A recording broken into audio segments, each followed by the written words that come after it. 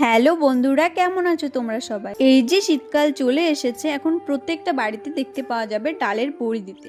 আমাদের বাড়িতেও তার ব্যতিক্রম হয়নি কিন্তু। তাই আমি সকাল সকাল ঘুম থেকে উঠে সবার আগে বিছানা গুছিয়ে সোজা চলে এসেছি তুলসী তলা লেপতে। তুলসী তলা লেপে চলে এসেছি ছাদের পরে পাখিকে ভাত আর জল দিতে। তারপর এই যে ভিজে জামা কাপড়গুলো নেড়ে দিলাম। জামা কাপড় নেড়ে নিচে নামতে এই যে আবার জল নিয়ে যাচ্ছি ছাদে। আজ যে কতবার ছাদের পরে গেছি আর নিচেই নেমেছি তার কোনো ঠিক ঠিকানা নেই। নিচে নেমে জল খেয়ে এই যে আবার ঘটি বাটি নিয়ে যাচ্ছি ওপরে। গিয়ে দেখি জেঠি বড়ি দেওয়ার জন্য ডালের পেস্টটাকে ভালো করে মাখছে। কিভাবে ডালের বড়ি তৈরি করে তোমরা একটু শুনে নাও জেঠির মুখ থেকে।